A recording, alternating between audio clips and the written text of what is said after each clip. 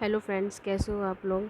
आज मैं आप लोगों से अपने प्राइवेट बैंक कोटक महिंद्रा में सिलेक्शन को लेके मैं बात करने जा रही हूँ कि कैसे मेरा कोटक महिंद्रा बैंक में सिलेक्शन हुआ था for the role of relationship manager.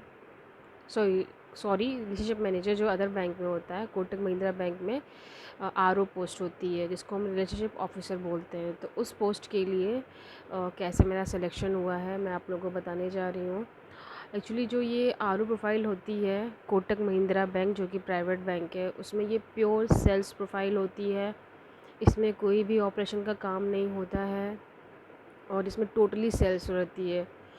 और क्या बोलते हैं, जितने भी मैंने काम किए मेरे प्रीवियस वर्क है उसमें मैंने ऑपरेशन का भी काम देखा है और सेल्स का भी देखा है। और ये जो था मेरे लिए आर ओ प्रोफाइल का, ये प्योरली सेल्स का था। तो इसका ऑफ़र जो मुझे आया था, एक्चुअली इसके लिए मैंने ट्राई नहीं किया था कोटक महिंद्रा बैंक के लिए। कहते हैं ना कि कोई चीज़ हमें जो है जल्दी आसानी से मिल जाती है, तो उसकी हमें उतनी वो नहीं होती। मतलब जो चीज़ हमें जितनी भी आसानी से मिल जाती है उसमें ज़रूर कोई ना कोई वजह होती है, और जो चीज़ हमें जैसे हार्डशिप से मिलती है उसकी वैल्यू अलग होती है। तो कोटक महिंद्रा की जॉब जो है मुझे, कह सकते हो आप, लकीली मिल गई, क्योंकि उस टाइम जो है ऑलरेडी मैं मतलब प्राइवेट बैंक एचडीएफसी बैंक में काम कर चुकी थी और मैं दूसरे मतलब ट्रेडिशनल जो इंश्योरेंस होता है एसयूडी लाइफ, उसमें मैं काम कर रही थी। मतलब मैंने स्विच कर लिया था क्योंकि हाइक तो मिल नहीं रही थी बैंक में, तो मैंने कहा स्विच कर लेती हूँ तो मुझे इसमें हाइक मिलेगी और हाइक मिल जाएगी, और मुझे हाइक मिली भी इसमें। तो उसी काम के दौरान मुझे कोटक महिंद्रा बैंक का ऑफ़र मिला, और ये ऑफ़र जो है मेरे साथ एचडीएफसी बैंक में एक मेरी कलीग थी, वो काम करती थी, तो उन्होंने स्विच करके कोटक महिंद्रा बैंक ज्वाइन कर लिया था। तो उस टाइम जो है एक लेडीज़ की रिक्वायरमेंट थी वहाँ पे कोटक महिंद्रा बैंक में, जो कि मेरे होम टाउन में ही था। तो उन्होंने मुझे अप्रोच किया। तो ब्रांच मैनेजर को रिक्वायरमेंट, मैं ऊपर जो अथॉरिटी थी उनको रिक्वायरमेंट थी उस ब्रांच में, और लेडीज़ की ही रिक्वायरमेंट थी। तो फिर उन्होंने मुझे अप्रोच किया।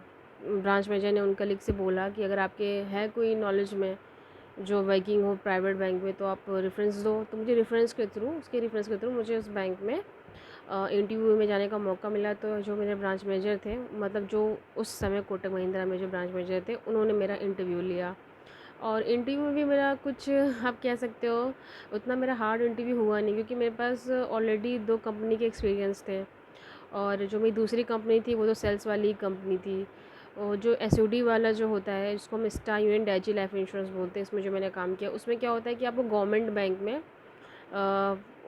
से टाई अप होता है। तो उसके 2 बैंकों से टाई अप थे, यूनियन बैंक से और बैंक ऑफ इंडिया से। तो वो अपने एम्प्लॉय जो है यूनियन बैंक में भेजते थे। तो वहाँ से ही फिर मुझे, क्या बोलते हैं, इसके एक्सपीरियंस के थ्रू ही मुझे फिर वहाँ पे अप्रोच मिला, और उन्होंने मुझसे ख़ास कुछ ऐसा पूछा भी नहीं। उन्होंने बस मेरा एक्सपीरियंस देखा, और फिर जो है, क्या बोलते हैं, फैमिली बैकग्राउंड के बारे में पूछा। मैंने उनको बताया, और उसके बाद जो है उन्होंने मुझे बताया उस प्रोफाइल के बारे में, मुझे डिस्क्रिप्शन दिया कि ये प्रोफाइल है। और एक्चुअली मुझे पैकेज भी उस टाइम हाइक बहुत ज़्यादा मिल रही थी। मैं कोटक महिंद्रा, जो हमारे यहाँ कोटक महिंद्रा बैंक था, जैसे होम टाउन में मैं रहती हूँ, वहाँ पे उतने उतने कस्टमर्स तो, मतलब वॉकिंग नहीं थे as comparison to other bank में। तो मुझे डर भी लग रहा था वो बैंक ज्वाइन करते हुए। तो बट जो कलीग थी जो मेरे साथ काम की हुई थी एचडीएफसी बैंक में, उन्होंने बोला कि आप एचडीएफसी बैंक में काम कर चुके हो तो आप इसमें भी कर लोगे, क्योंकि ये पूरी पूरी ही सेल्स प्रोफाइल थी। तो मुझे बहुत डर भी लग रहा था। तो फिर मैंने सोचा कि अपना पैकेज मैं बोल देती हूँ उनको, अगर इतना पैकेज वो बोलेंगे तो ठीक है, मैं कर लूँगी। तो मुझे 425 को ऑफ़र कर रहे थे, और मैंने रखा था कि 450 में बोलूँगी। अगर 450 वो बोल देते हैं मैं कर लूँगी। तो मुझे लगा कि 450 वो नहीं मानेंगे, 4,50,000, बट वो रिक्वायरमेंट थी उस टाइम, तो उन्होंने वो मान गए, और मेरा एक्सपीरियंस देख के भी उन्होंने कहा कि हाँ, मैं अच्छा परफॉर्म करूँगी। तो फिर उन्होंने मुझे ये ऑफ़र किया, फिर मैंने एक्सेप्ट कर लिया। तो कोटक महिंद्रा, अब देखिए, जितना स्ट्रगल मुझे और जगह मुझे हुआ, उतना कोटक महिंद्रा में मुझे इतना स्ट्रगल मिला नहीं। मतलब इंटरव्यू में मेरा ऑलरेडी, मतलब आराम से हो गया, बट जब मैंने ज्वाइन किया वहाँ पे उसकी स्टोरी अलग है। उसमें मुझे काफ़ी स्ट्रगल लगा जॉब करने के बाद में, वो मैं आपको नेक्स्ट वीडियो में बताऊंगी। तो ये तो था मेरा कोटक महिंद्रा का सिलेक्शन वीडियो कि मैं कैसे कोटक महिंद्रा बैंक में सेलेक्ट हुई। अगर आपको और भी कुछ जानना है प्राइवेट बैंक से रिलेटेड तो आप मुझे मैसेज कर सकते हो। और बहुत लोग कमेंट भी करते हैं यार कि मतलब आप जॉब हमारी लगवा दो, ये कर दो, मतलब आप प्राइवेट बैंक में जॉब करते हो तो आप हमारा रेफरेंस दे दो यार।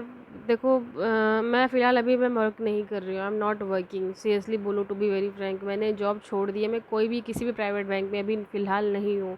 मैं अपना वीडियो इसलिए बनाती हूँ क्योंकि जो मुझे एक्सपीरियंस मिला है प्राइवेट बैंक में काम करके, मैं सोचती हूँ कि जो मेरे जैसे लोग हैं जिनको बैंक के बारे में कुछ भी नहीं पता है, मैं उनको नॉलेज दूँ।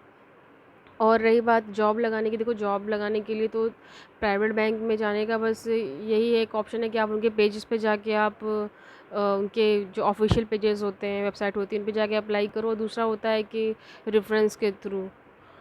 तो यही दो चीज़ें होती हैं।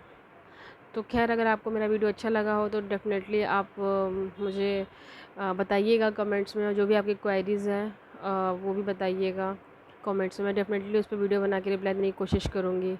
चलिए, थैंक यू सो मच। मिलते हैं आपसे नेक्स्ट वीडियो में।